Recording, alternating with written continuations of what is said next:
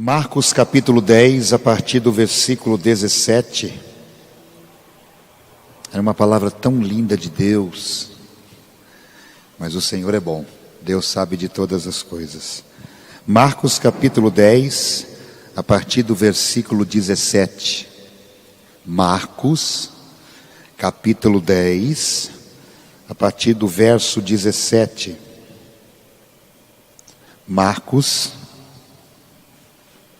capítulo 10, versículo 17. A palavra de Deus diz assim: E pondo-se Jesus a caminho, correu um homem ao seu encontro e, ajoelhando-se, perguntou-lhe: Bom mestre, que farei para herdar a vida eterna? Respondeu-lhe Jesus: Por que me chamas bom? Ninguém é bom, senão um, que é Deus. Sabes os mandamentos? Não matarás, não adulterarás, não furtarás, não dirás falso testemunho, não defraudarás ninguém, honra a teu pai e tua mãe.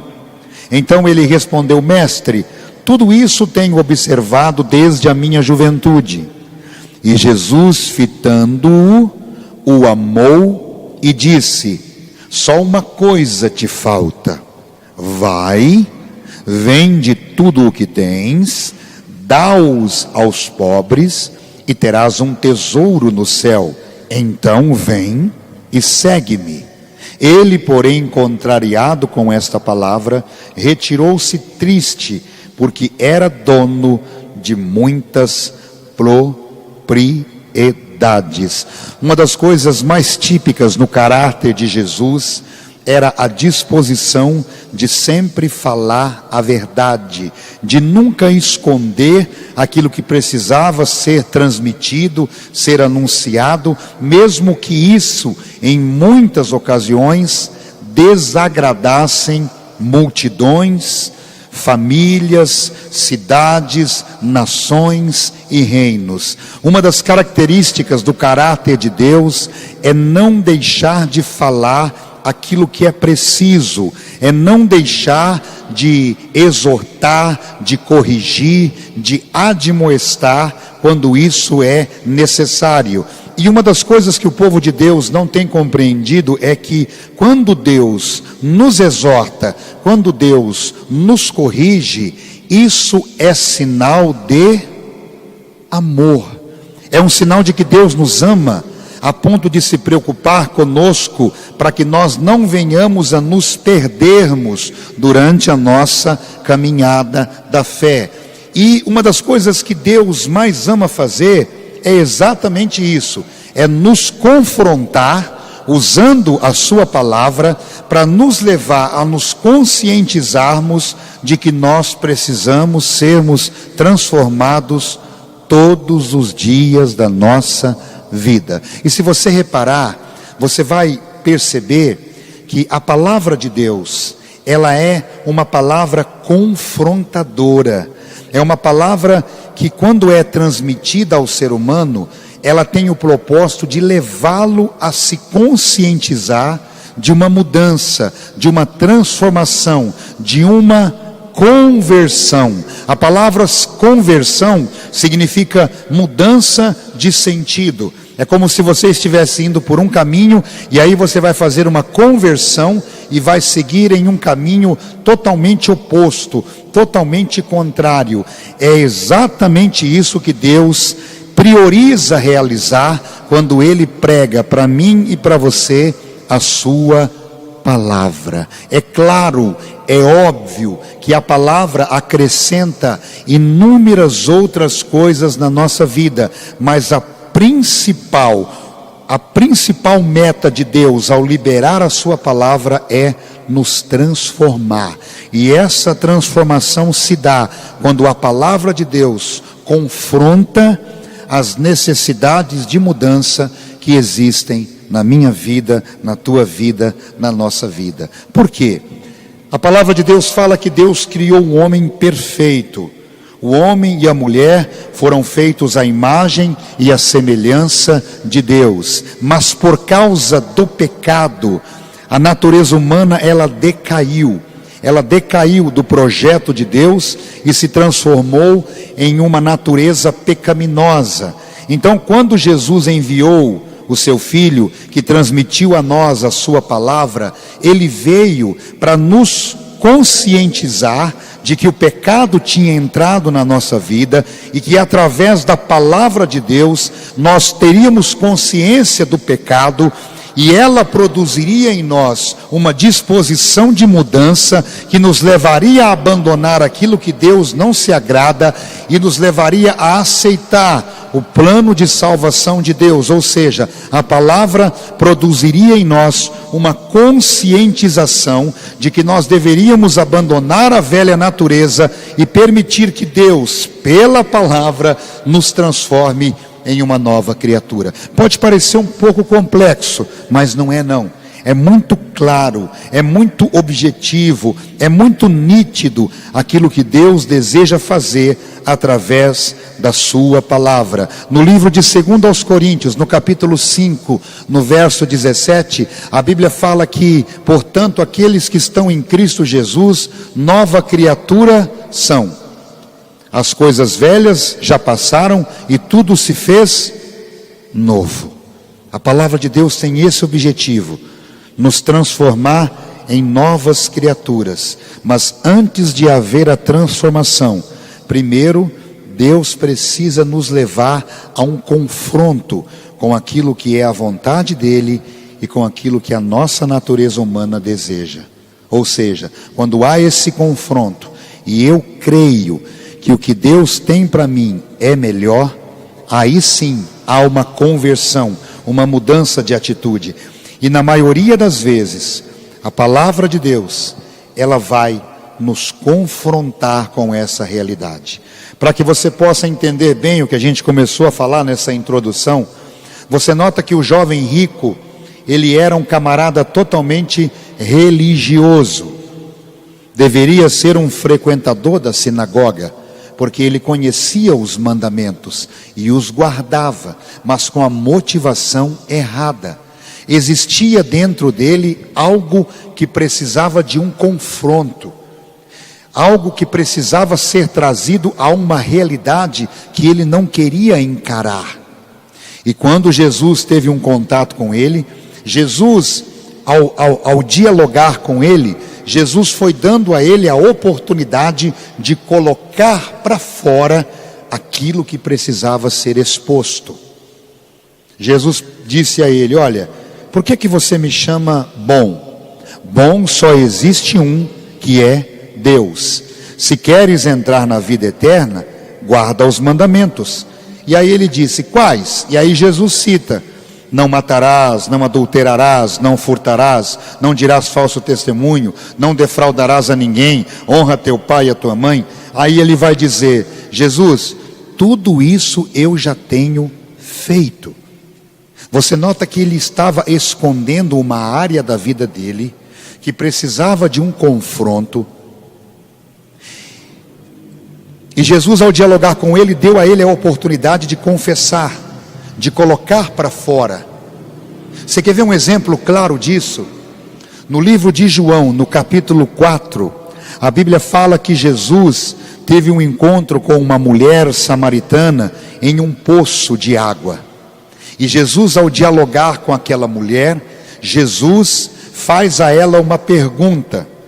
Ele faz a ela uma pergunta e dá a ela uma ordem, tentando produzir nela a disposição de confrontar uma área da vida dela que ela não gostava de tocar. Jesus pergunta assim para ela: onde é que está teu marido? Vai, chama o teu marido e vem aqui. Aí ela tem uma reação totalmente ao contrário do jovem rico. Ela abre o coração e fala assim: olha, eu não tenho marido. Ela falou a verdade. E aí Jesus diz assim para ela: é verdade, porque até agora você já teve 5 maridos, e o que você tem agora não é seu marido. Nisso você falou a verdade. Jesus estava ali com a própria palavra de Deus encarnada, o verbo vivo ali diante daquela mulher. E quando ela teve o contato com Jesus, ela percebeu que ela precisava abandonar e colocar para fora tudo que precisava ser exposto para que ela pudesse ser transformada, para que ela pudesse receber a água viva da qual Jesus estava falando para ela. O moço rico fez ao contrário. Ele escondeu uma faceta da sua vida que ele não queria que ninguém soubesse. Mas é aí que entra o poder da palavra confrontadora de Deus. Escuta o que eu vou te falar, querido. A palavra de Deus, ela nunca vai perder o poderio dela, e ela nunca vai perder a objetividade. Ela é objetiva. A palavra de Deus é enviada com um propósito, e a Bíblia fala no livro de Isaías, no capítulo 55, Deus declara que a palavra que sai da boca dele nunca vai voltar vazia. Ela vai produzir aquilo que Deus quer, e ela vai realizar o propósito pelo qual Deus a enviou. E na maioria das vezes, a palavra é enviada para confrontar o ser humano para uma mudança que ele precisa assumir. O texto fala que Jesus olhou para aquele rapaz e o amou. E quando Deus ama, Deus faz o que é preciso, até corrigir, açoitar, bater com vara, levar para o deserto, para que a pessoa compreenda que ela precisa de uma transformação. Deus faz isso por amor, por amor. Quando Deus ama alguém, uma das primeiras coisas que Deus faz é ensinar a pessoa a crer na verdade e não abrir mão da verdade. Não importa a condição, a circunstância, a situação que a pessoa se encontra. Quando ela conhece Deus, ela passa a entender que Deus usa a verdade como uma ferramenta de mudança e de transformação. Jesus falou para o rapaz: olha, falta uma coisa. Existe algo em você que precisa ser mudado. Existe algo no mais profundo do teu ser que você encobre, que você esconde, que você mascara, mas que precisa ser exposto e você precisa abandonar. Jesus estava falando da avareza, do apego aos bens materiais, do amor ao dinheiro. Jesus fala para ele assim: olha, vai, vende tudo que você tem, dá aos pobres, você vai ter um tesouro no céu e depois você me segue. Essa palavra de confronto, ela entrou no mais profundo do ser daquele rapaz, mexeu aonde ele não queria que fosse mexido. É por isso que na palavra do Senhor, no livro de Hebreus, no capítulo 4, a partir do verso 12, a Bíblia fala que a palavra de Deus, ela é poderosa, viva e eficaz, e ela é mais penetrante do que qualquer espada de 2 gumes, e ela vai até a junção da alma e do espírito, das juntas e das medulas, e ela é apta para discernir propósitos e pensamentos do coração. A palavra que Jesus falou entrou lá no fundo do coração e da alma dele, expôs uma realidade que ele precisava abandonar. E por causa disso, a Bíblia fala que ele foi embora triste, porque não aceitou a mudança que Deus queria operar nele através da sua palavra. Muitas e muitas pessoas não estão na igreja porque elas não aceitam essa palavra de confronto. Elas não entendem o propósito pelo qual Deus nos confronta com a sua palavra. Elas não entendem, elas não aceitam, elas levantam questionamentos, elas resistem, elas endurecem o coração, porque não querem uma transformação genuína. Não querem abrir mão daquilo que a palavra de Deus exige e estabelece que tem que ser aberto de mão. Elas não querem. E tem a mesma atitude, a mesma reação que esse moço rico. Mas a palavra de Deus, se você analisar, de Gênesis a Apocalipse, você vai ver Deus confrontando indivíduos, famílias, cidades, nações, até o próprio povo escolhido de Deus. No livro de Deuteronômio, no capítulo 8, a Bíblia fala que Deus levou Israel para o deserto para mostrar a Israel, porque Deus já sabia. Quando Deus fala que levou o povo para provar o que estava no coração dele, não é porque Deus não sabia, mas era para mostrar para o próprio povo o que estava no coração dele. E ali Deus libera palavras que produziriam uma mudança, uma transformação na personalidade daquele povo, para que eles pudessem entrar na terra prometida que Deus havia prometido para eles. Mas o texto de Hebreus capítulo 3 fala que eles endureceram o coração. 1 Coríntios capítulo 10 fala que eles não aceitaram a palavra de confronto, de mudança, e aí eles desagradaram a Deus, e por essa razão eles morreram prostrados no deserto. Escuta o que eu vou te falar. Até quando Deus vai falar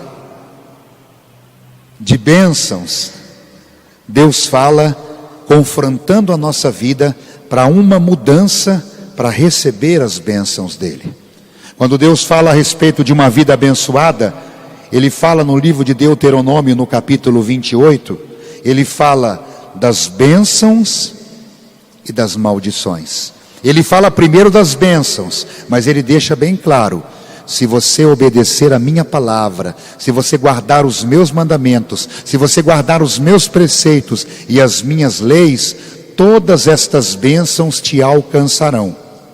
Mas depois ele fala também que se você desprezar a palavra de Deus, se você rejeitar os mandamentos dele, os preceitos dele, as leis dele, ao invés de ser abençoado, você vai trazer sobre a tua vida e sobre a tua casa maldição. Ou seja, Deus está dizendo: olha, a palavra é a referência para mostrar a você que você precisa mudar para que as bênçãos venham até você. Se você não quiser mudar e não valorizar o que a minha palavra diz, ao invés da bênção, vem a maldição.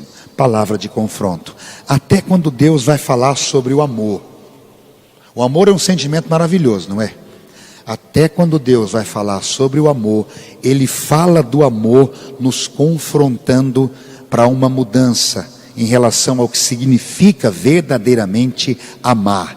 1 Coríntios capítulo 13, o apóstolo Paulo vai falar que o amor não tem ciúme, o amor não se arde em ciúme, o amor não deseja o mal, não fala mal, ele está falando de uma qualidade, um tipo de amor que nós precisamos comparar com o amor que nós achamos que estamos tendo e que está agradando a Deus ou não.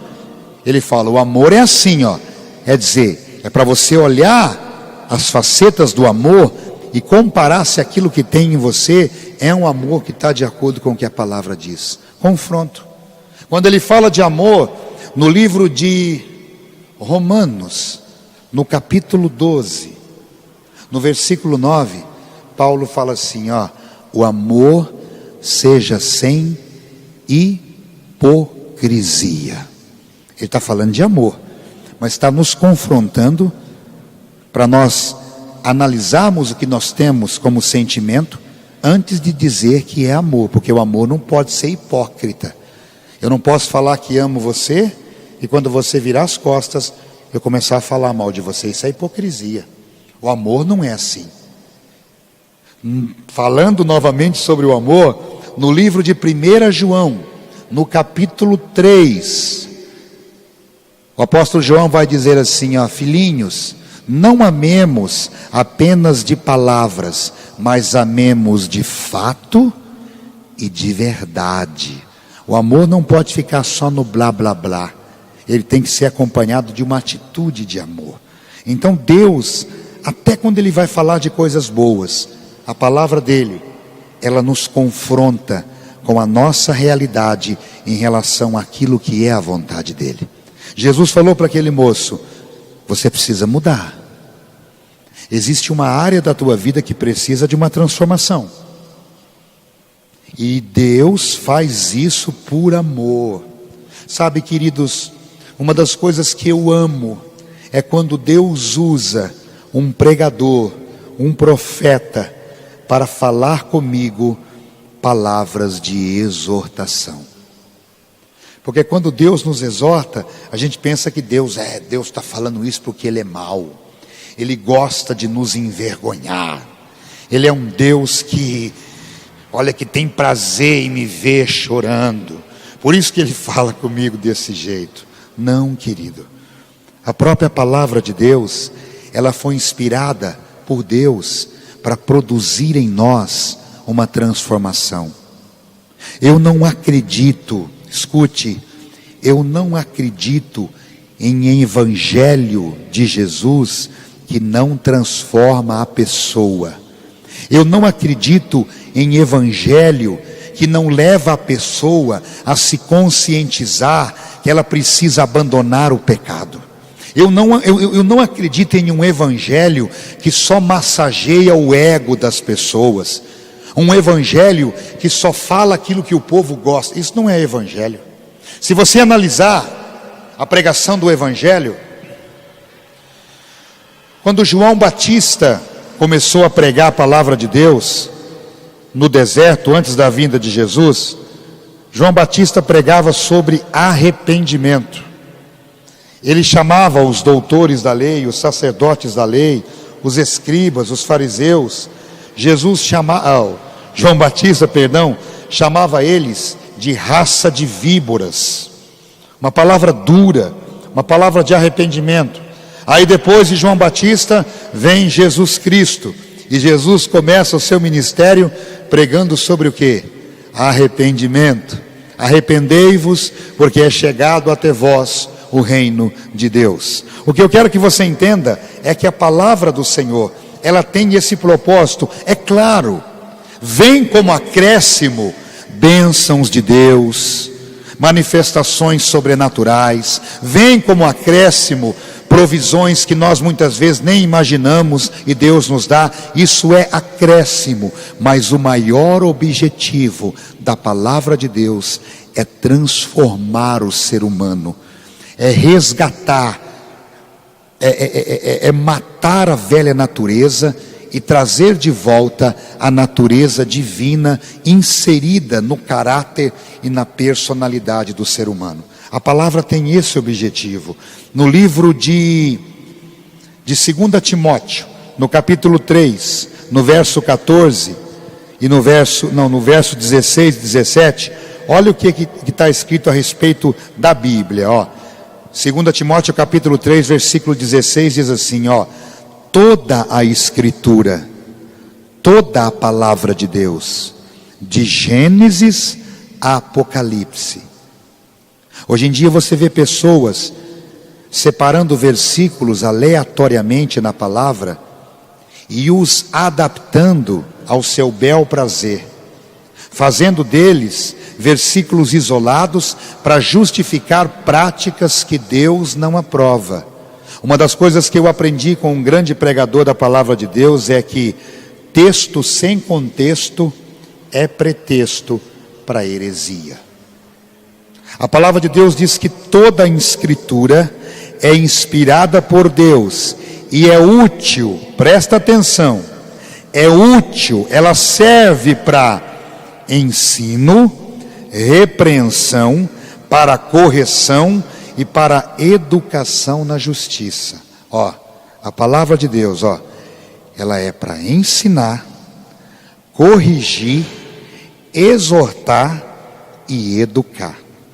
Essas quatro funções, elas têm o objetivo de fazer o que o versículo 17 vai falar. Por que que Deus deixou toda a sua palavra? Para nos ensinar, para repreender, para corrigir e para educar.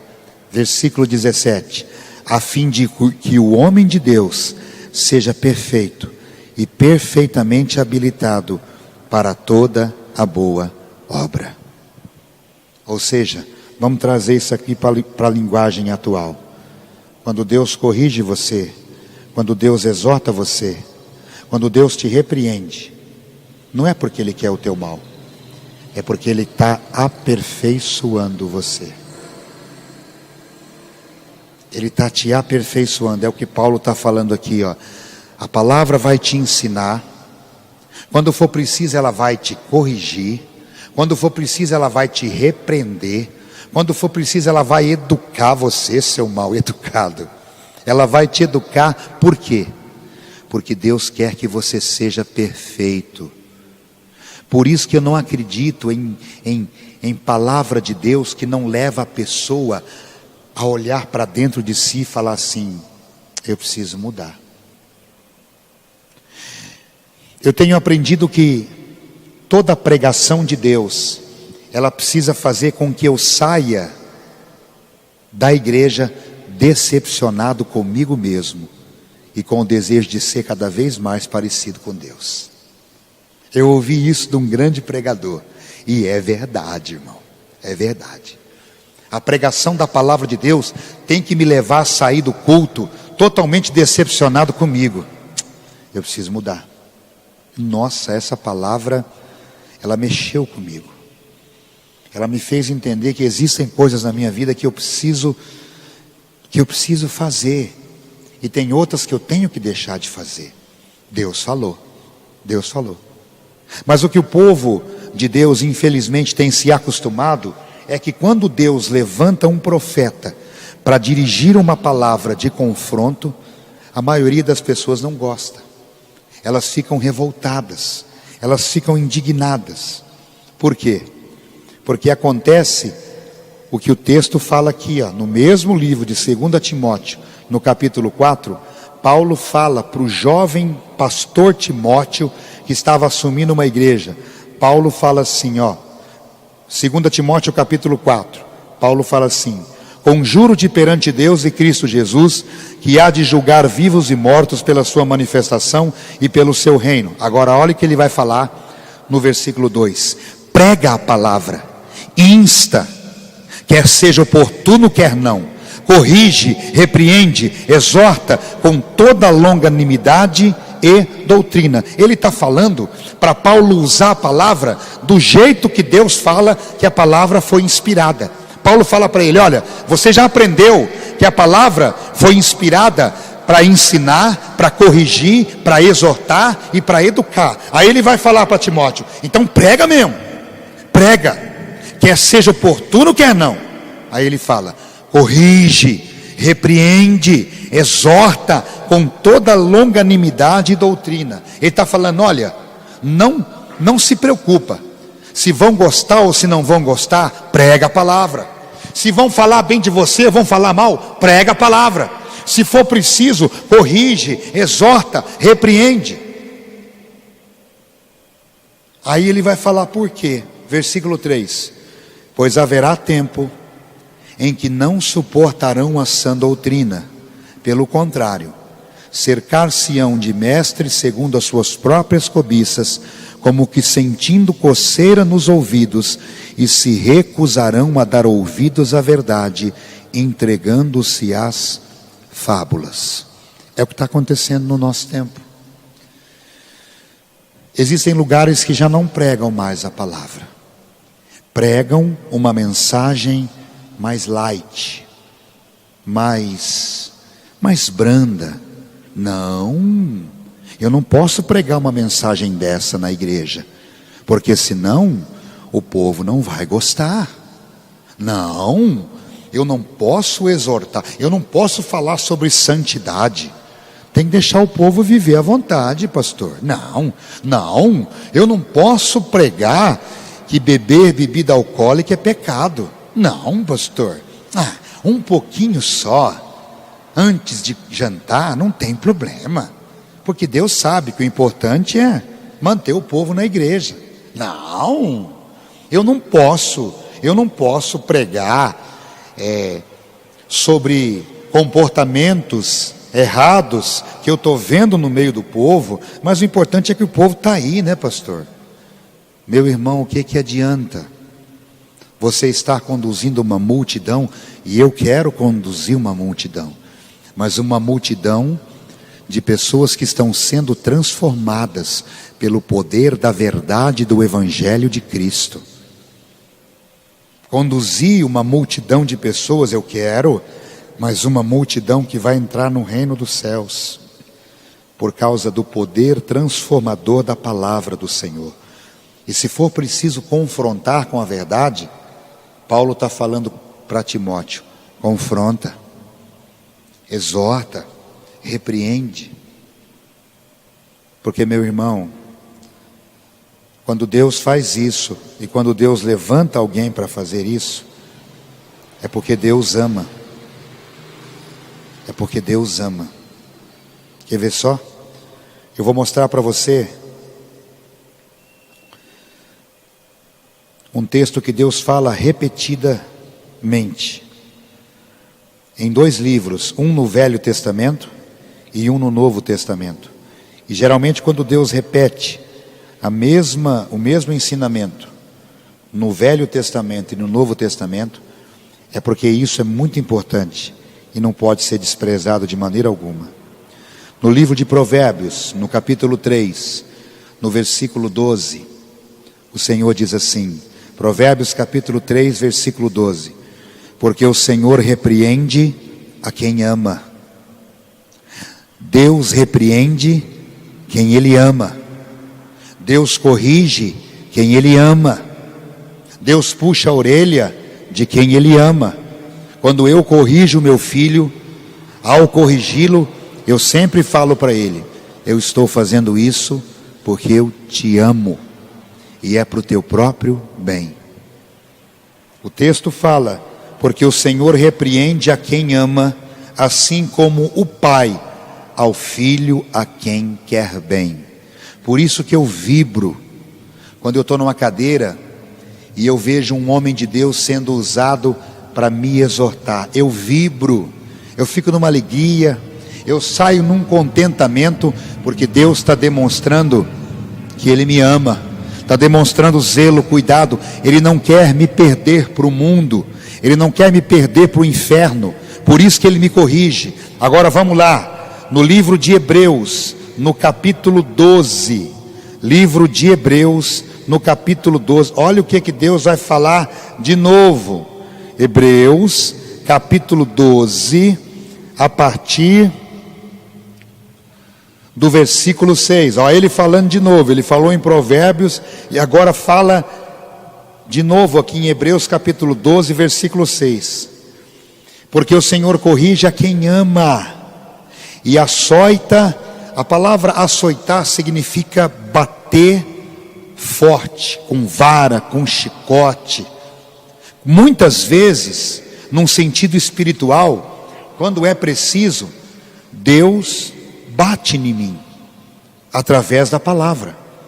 Ele fala coisas que no primeiro momento eu não gosto de ouvir, e aquilo ali vem como uma vara nas minhas costas. Por que Ele está fazendo isso? Porque Ele me ama. Porque o Senhor corrige a quem ama e açoita a todo filho a quem recebe. Versículo 7: é para disciplina que perseverais. Deus vos trata como filhos.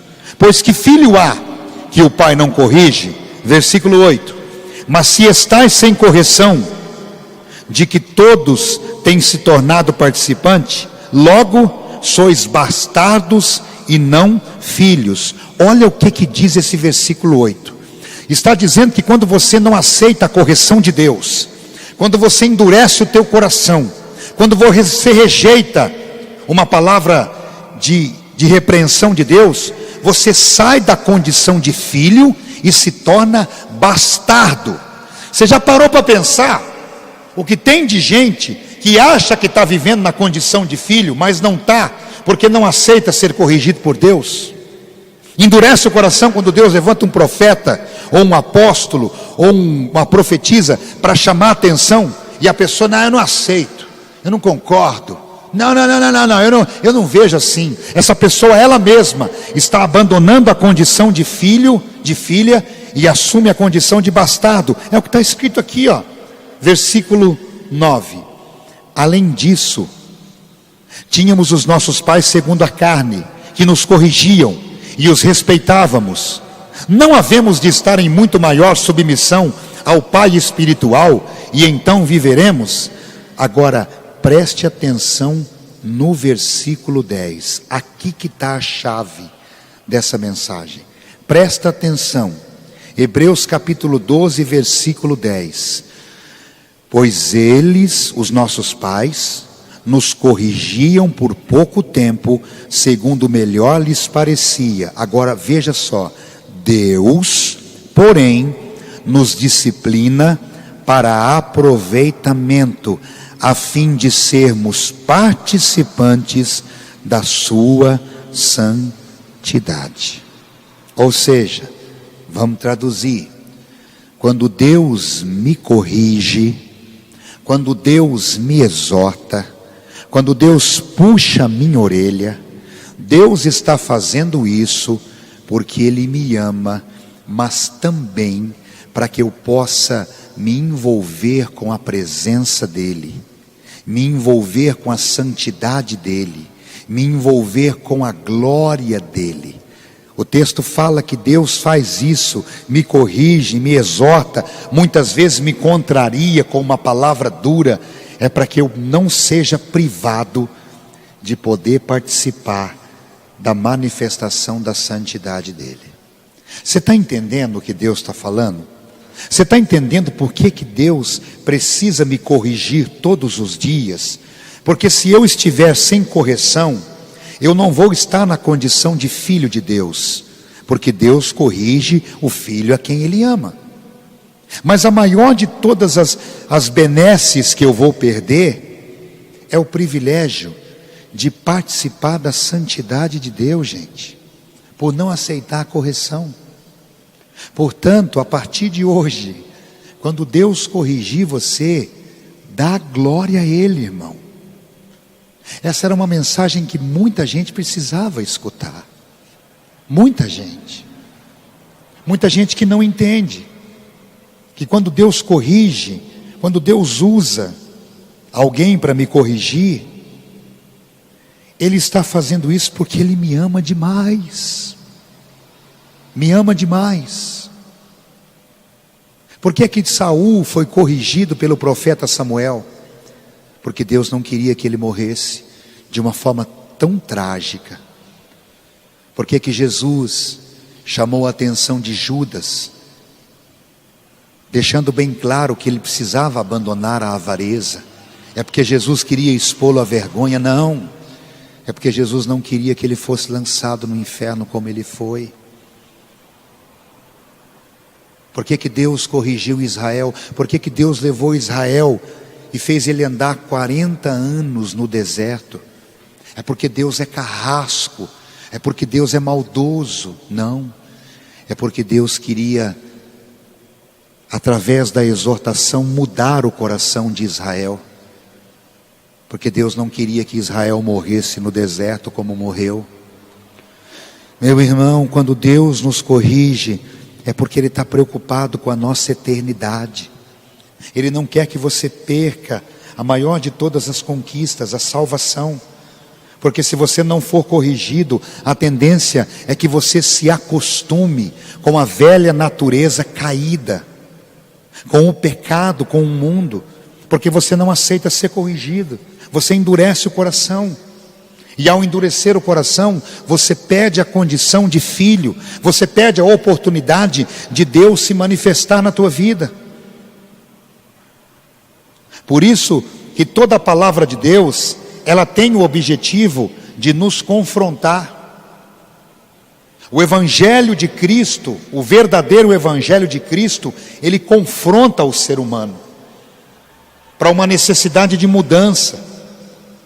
No livro de Colossenses, no capítulo 3, no verso 5, Paulo fala assim, fazei, pois, morrer a vossa natureza terrena, Como é que eu mato a minha natureza? Quando eu permito que a palavra de Deus mostre as mazelas da minha vida que precisam ser abandonadas, e eu as coloco para fora e permito que o poder da palavra me transforme em uma nova criatura. Por isso que Jesus, no Evangelho de João, no capítulo 17, quando Jesus orava a Deus pelos seus discípulos, por mim e por você, Jesus fala assim para o Pai: santifica-os na verdade.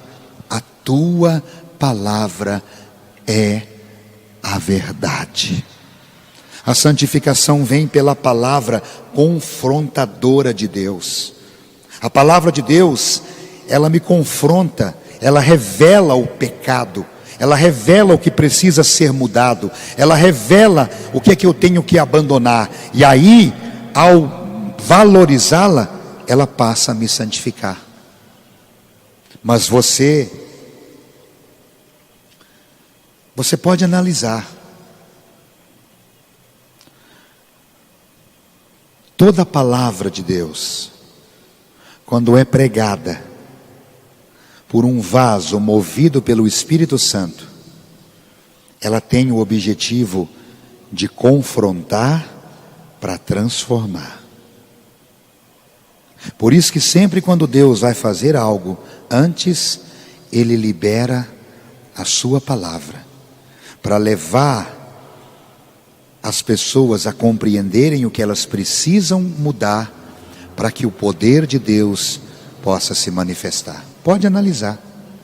É só você ler de Gênesis a Apocalipse, você vai ver que sempre quando Deus ia manifestar um grande avivamento, derramar uma grande porção, Deus antes liberava uma palavra que levava o povo a se conscientizar de que havia necessidade de uma mudança para que Deus pudesse manifestar a glória dele.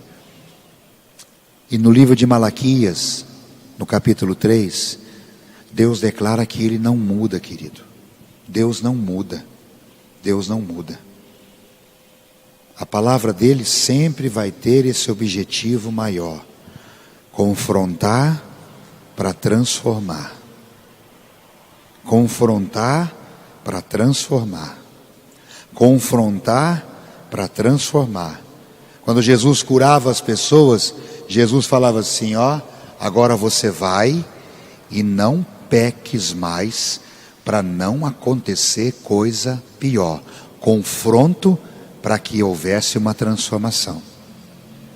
Confronto para que houvesse uma transformação. Por isso, meu irmão, quando Deus falar com você, chamando a sua atenção para uma necessidade de mudança na tua vida, não fica brabo não. Dá glória a Deus, porque Ele está fazendo isso porque te ama, porque quer levar você a participar de algo muito maior. Por isso que primeiro Ele precisa de conscientizar você de uma mudança necessária. Sabe por quê? Porque se eu e você não mudarmos e não abandonarmos aquilo que precisa ser abandonado, não permitirmos que o poder da palavra de Deus penetre em nós e nos transforme, Deus não vai poder se manifestar na nossa vida. Porque onde há pecado, a presença de Deus não pode se manifestar. Aonde há contrariedade ao que Deus ensina pela sua palavra, a manifestação de Deus é impedida. Por isso que primeiro tem o confronto, para depois ter a transformação. Amém? Fica de pé na presença do Pai. Você entendeu o que Deus está falando? Por isso que todas as vezes que você vê um vaso usado por Deus, pregando a palavra, você pode notar. Primeiro tem o confronto, para depois Deus trazer a revelação daquilo que Ele vai fazer. Presta atenção para você ver. Presta atenção para você ver. Veja os grandes pregadores da palavra de Deus. Jim Swaggart, Billy Graham. Esses camaradas pregavam mudança de atitude, transformação. Evangelho é isso, é mudança. Jesus falou: aquele que quiser vir após mim, negue-se a si mesmo. É uma palavra de confronto. Abandona o seu velho eu. tome a cada dia a sua cruz e depois você me segue. Depois você me segue. Então, a partir de hoje, quando Deus falar comigo e com você, de uma maneira confrontadora, nos exortando a uma mudança de atitude, saiba que Deus está fazendo isso porque Ele ama você e quer que você participe de tudo aquilo que Ele tem projetado para a tua vida. Feche os teus olhos. Pai, no nome do Senhor Jesus, nós te louvamos pela realidade do teu reino. Nós te louvamos, Pai, porque o Senhor tem nos levado a conhecermos e a compreendermos a veracidade da tua palavra, o verdadeiro objetivo do Evangelho de Cristo, que é nos mudar, nos transformar, levar-nos a morrer para o nosso velho eu, para vivermos como vidas que foram ressuscitadas pela verdade poderosa da tua palavra. Deus, tenha liberdade para tratar conosco através da tua palavra, para falar aquilo que é preciso, aquilo que é necessário. Tenha liberdade, Pai, para moldar o nosso caráter, para lapidar a nossa personalidade, usando a espada do Espírito, que é a tua palavra. Exorta-nos, corrige-nos, admoesta-nos quando for preciso, Pai, porque nós não queremos ser privados de participarmos da tua santidade, por não aceitarmos a verdade da tua palavra. Em nome de Jesus, nós queremos sim, Pai, sermos confrontados pela verdade da tua palavra, Pai. Queremos ser confrontados pela verdade da tua palavra, para sermos transformados em verdadeiros adoradores do Senhor. Homens e mulheres, varões e varoas perfeitos, habilitados para toda a boa obra do Senhor. Vidas transformadas pelo poder da verdade da tua palavra. Que assim seja, Pai. Que assim seja, Deus. Que assim seja. É o que nós te pedimos e te agradecemos, Papai do céu, em o nome do Senhor Jesus. Amém.